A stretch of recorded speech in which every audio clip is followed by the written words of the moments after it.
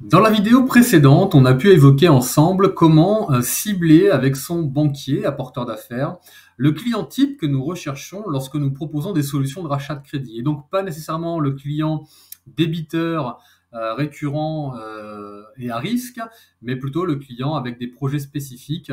L'idée, c'est qu'à chaque fois que le banquier dit non au projet de son client, premier réflexe, j'appelle Maxime. Je vous appelle vous. Ok. Mais objectivement, qu'est-ce que ça lui apporte au banquier? Eh bien, il faut être capable de lui dire, les yeux dans les yeux, qu'on est là pour augmenter son PNB et réduire son risque.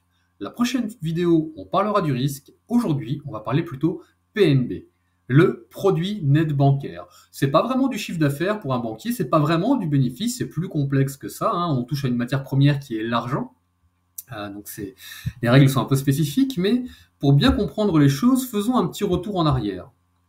Le premier composant du PNB pour un banquier, c'est ce qu'on appelle les marges d'intermédiation. On en revient à son métier premier, le crédit et l'épargne. Entre les taux d'intérêt qu'il perçoit grâce au crédit et les taux d'intérêt qu'il verse suite à l'épargne du grand public, eh bien, il y a des écarts entre les deux qui font ces marges. Je dis n'importe quoi, mais si je fais des prêts à 4% et que je rémunère de l'épargne à 3%, j'ai des marges de 1, tout simplement. Taux d'intérêt versé, taux d'intérêt prêté. Ok. À l'époque de nos parents ou grands-parents, pour ne vexer personne, les marges d'intermédiation d'un banquier étaient conséquentes. 7, 8% peut-être. Quand les prêts immobiliers sont à 15, quand, peut-être un peu, j'exagère peut-être un petit peu, mais au-dessus de 10 en tout cas, les livrets A sont à 7 ou 8, les prêts auto se font à 15, voire même au-delà, et l'assurance vie rapporte 12, mais un banquier a des marges d'intermédiation énormes, énormes. Ce n'est plus du tout le cas aujourd'hui. Aujourd'hui, le crédit, les marges sont réduites à peau de chagrin. Le crédit est un produit d'appel. Pour que un banquier puisse vivre aujourd'hui de son activité, il a dû développer dans les années 90, alors je ne referai pas la messe, mais c'est lié à un événement politique et économique très particulier, Maastricht, qui impose des critères de convergence aux différents États pour que le passage à la monnaie unique, l'euro, soit efficient. Bref, en tout cas, c'est une période où, par un effet un peu non désiré et imprévu, le banquier s'est vu contraint de réduire le coût du crédit et donc en corrélation de réduire les rémunérations de l'épargne.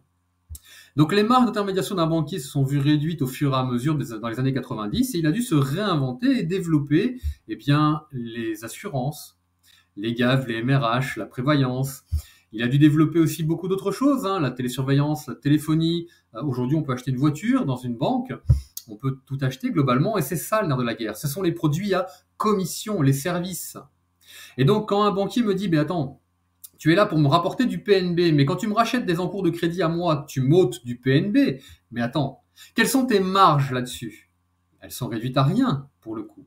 Par contre, un client satisfait grâce à moi, qui reste client chez toi, qui reste bien endetté ou que je désendette même, et pour toi une source toujours ou une source nouvelle de produits à commission, de services que tu pourras vendre, et donc de bons PNB.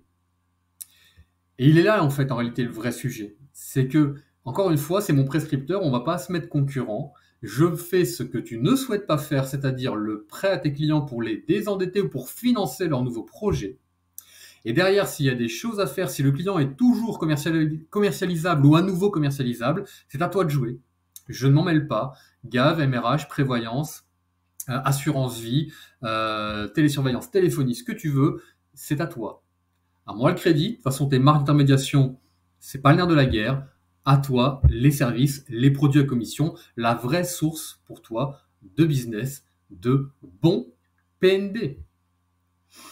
Alors on va nous dire peut-être que oui, mais tu sais Maxime, un mauvais client, ça reste des frais, hein, des coms d'intervention, des frais de rejet, des frais de forçage, ça reste du PNB qui rentre. Et ça aussi tu vas me l'enlever, mais c'est du mauvais PNB.